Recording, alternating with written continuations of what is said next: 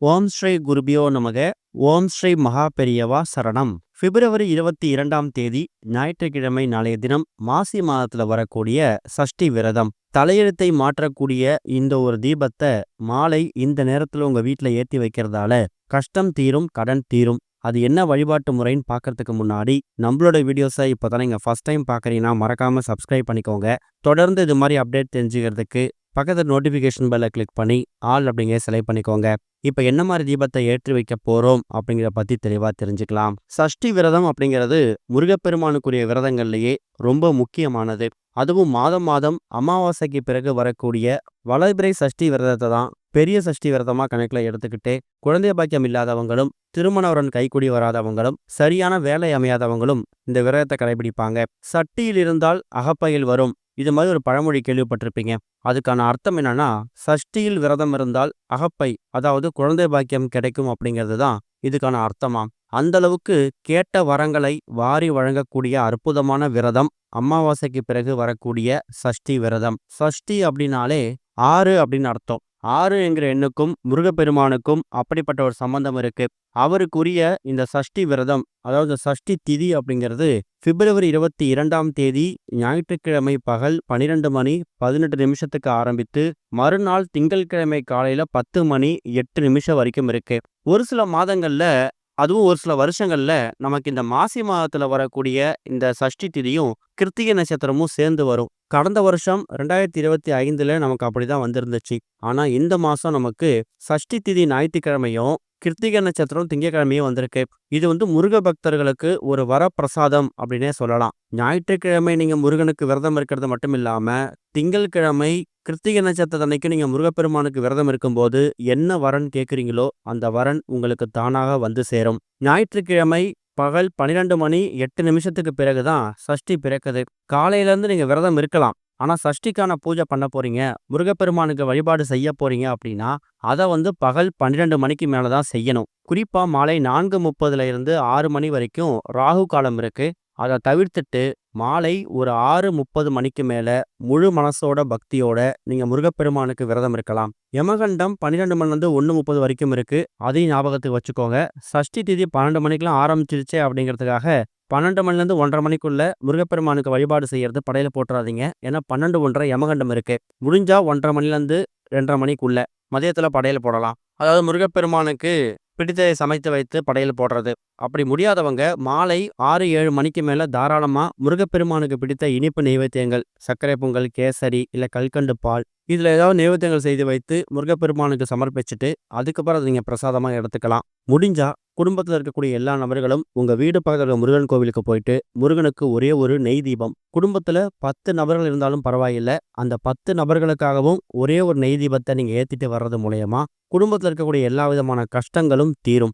இதுதான் இந்த மாசி மாதத்துல வந்திருக்கக்கூடிய சஷ்டி விரதத்தை, வளர்பிறை சஷ்டியை ரொம்ப எளிமையா வழிபடுறதுக்கான வழிபாட்டு முறை, அதுக்கான நேரம். இது போக எந்த ஒரு விரத நாள் விசேஷ நாள் வந்திருந்தாலும் தீபம் ஏற்றி வழிபடக்கூடிய முறையில சில மாற்றுதல்களையும் சில தாந்திரிக விஷயங்களையும் பண்ணும்போது முழுமையான பலன், ஒரு நல்ல பரிகாரம் கிடைக்கும். அதுக்கு இந்த சஷ்டியும் விதிவிலக்கு கிடையாது. நீங்க சாதாரணமாக கோவிலுக்கு போயிட்டு இறைவனை வழிபடுறதை விட அந்த கோவில் சன்னதியில, சுவாமி சன்னதியில ஒரு தீபம் ஏற்றி வச்சுட்டு வழிபடும் போது முழுமையாக வழிபட்ட ஒரு திருப்தி, ஒரு பலன் கிடைக்கும்ல. அதைத்தான் சஷ்டி விரதம் அன்னைக்கு உங்க வீட்டோட பூஜை அறையில பண்ண போறீங்க. இந்த தீபம் உங்க தலையெழுத்தையே மாற்றக்கூடிய அற்புதமான ஒரு தீபம். இதுவரை இருந்து வந்துட்டு இருந்த எல்லா விதமான கஷ்டங்களையும் வேரோடு தீர்க்கக்கூடிய அற்புதமான தீபமாக மாறப்போகிறது.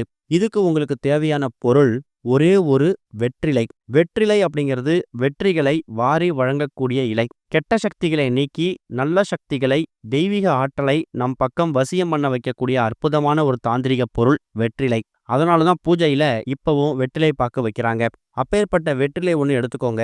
அதுக்கு நடுவுல இப்ப நீங்க வீடியோல பாக்குற மாதிரி 6 எண்ணிக்கையில மஞ்சள் குங்குமம் போட்டு வைக்கணும். இப்படிதான் வைக்கணும், இந்த ஒரு முறையில தான் வைக்கணும் அப்படின்னு கட்டாயம் கிடையாது. எண்ணிக்கையில 6 இருந்தாலே போதும். முதல்ல மஞ்சள் வைத்து அதன் மீது குங்குமம் வைத்து இந்த வெற்றிலை இப்ப நாம தயார் செய்திருக்க மாதிரியே தயார் செஞ்சு வச்சுக்கோங்க. அதுக்கப்புறமா மலர், பூஜைக்கு பயன்படுத்தக்கூடிய ஏதாவது ஒரு மலரை அந்த வெற்றிலை பக்கத்துல வச்சுக்கலாம். அதுக்கப்புறம் ஒரே ஒரு மண் அகல் விளக்கு. கூடுமான அளவுக்கு இந்த இடத்துல அகல் விளக்கு வைத்து தீபம் ஏற்றத்துக்கு முயற்சி பண்ணுங்க. ஏன்னா அகல் அப்படிங்கிறது பிரத்யேகமாக ஏற்றக்கூடிய தாந்திரிகத்துக்கு பயன்படுத்தக்கூடிய முக்கியமான பொருள். ஒரே ஒரு அகல் இருந்தாலும் பரவாயில்ல. மாலை ஒரு 6:30 மணிக்கு மேலே வீட்டோட பூஜை அறையில் எப்பவும் போல விளக்கெல்லாம் ஏற்றி வச்சுடுங்க. தினமும் சாமி கும்பிடும்போது ஏற்றக்கூடிய தீபங்களுக்கும் இதுக்கும் சம்பந்தம் கிடையாது. இது சஷ்டி விரதம் மாசி சஷ்டிக்காக பிரத்யேகமாக ஏற்றக்கூடிய தீபம் அப்படிங்கிறதால அதையும் இதையும் போட்டு நீங்கள் குழப்பிக்க வேணாம். எப்பவும் போல தீபங்கள் ஏற்றுறது, தூப தீபம் காமிக்கிறது, இது எல்லாத்தையும் முடிச்சிடுங்க. ஆரத்தி காமிக்கிறதெல்லாம் முடிச்சுக்கலாம். அதுக்கு முன்னாடி அந்த ஆரத்தி காமிக்கிறதுக்கு முன்னாடி சின்னதாக ஒரு தட்டு மேலே நீங்கள் தயார் செய்து வைத்திருக்கக்கூடிய அந்த வெற்றிலையை இதே மாதிரி வைக்கணும். அதாவது தலைப்பகுதி சாமியை பார்த்த மாதிரியும் இலையோட நுனிப்பகுதி உங்களை பார்த்த மாதிரியும் இருக்கணும். அதுக்கப்புறமா மலர் வைத்து பக்கத்தில் ஒரே ஒரு மண் அகலுக்கு வைக்கணும். எக்காரணத்தை கொண்டும் இந்த இடத்துல நீங்கள் வெற்றிலையை மஞ்சள் குங்குமம் பொட்டு வைக்காமல் பயன்படுத்தக்கூடாது.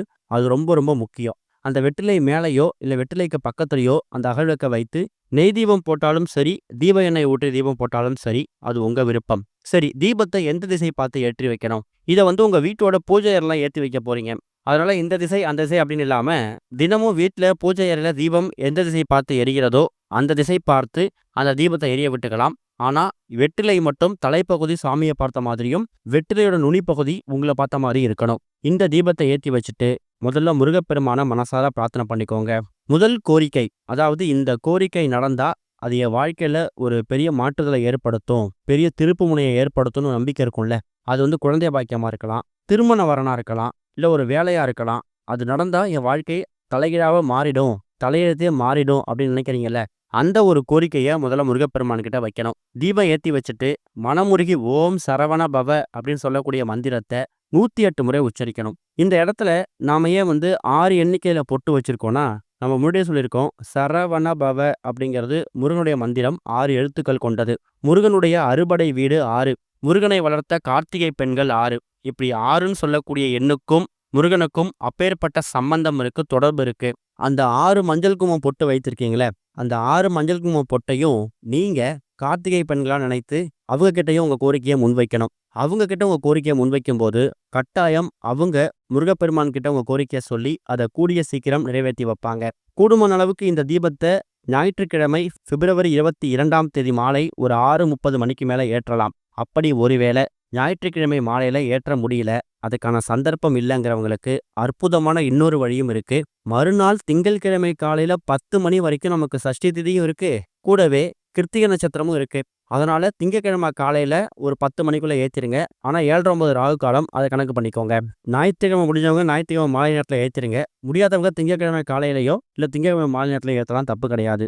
இந்த தீபம் எரியக்கூடிய அந்த நேரத்தில் எல்லா விதமான கோரிக்கைகளையும் முன் வச்சுட்டு முருகனுடைய மந்திரங்கள், முருகனுடைய பாடல்களை ஒலிக்க விட்டு கேட்கறது, புத்தகங்களை பார்த்து படிக்கிறது, இது மாதிரி விஷயங்களை மட்டுமே, அதாவது முருகனுடைய முழு பக்தியோட அவர் நினைப்பா மட்டுமே நீங்கள் இருக்கணும். இது மாதிரி பண்ணுறதால கூடிய சீக்கிரம் உங்கள் தலையெழுத்தை மாற்றக்கூடிய உங்களோட கோரிக்கை கூடிய சீக்கிரம் நிறைவேறும். நினைத்து பார்க்க முடியாத மாற்றம் ஏற்படும். கடன் பிரச்சனை தீரும். முக்கியமா முருகப்பெருமான் கடன் பிரச்சனை தீர்க்கக்கூடியவர். காரணம் என்னன்னா, செவ்வாய் பகவானோட அதிபதியும் முருகப்பெருமான் தான். செவ்வாய் பகவான் தான் நமக்கு இருக்கக்கூடிய கடன் பிரச்சனையால நம்மளை வாட்டி வதைக்கக்கூடியவர்.